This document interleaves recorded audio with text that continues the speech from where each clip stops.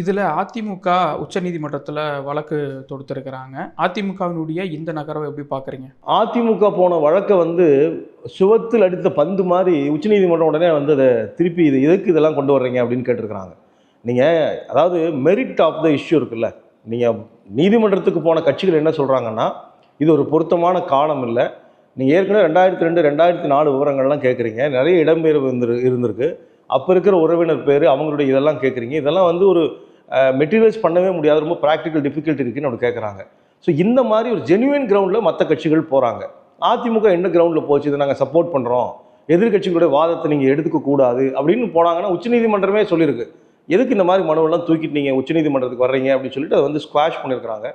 So மக்கள் மன்றத்தில் மட்டும் இல்லை, நீதிமன்றத்திலும் கிட்டத்தட்ட ஏடிஎம்கேங்கிறது ஒரு பெரிய ஜோக்கராக இன்னைக்கு எஸ்ஐஆர் விஷயத்தில் மாறி இருக்கு.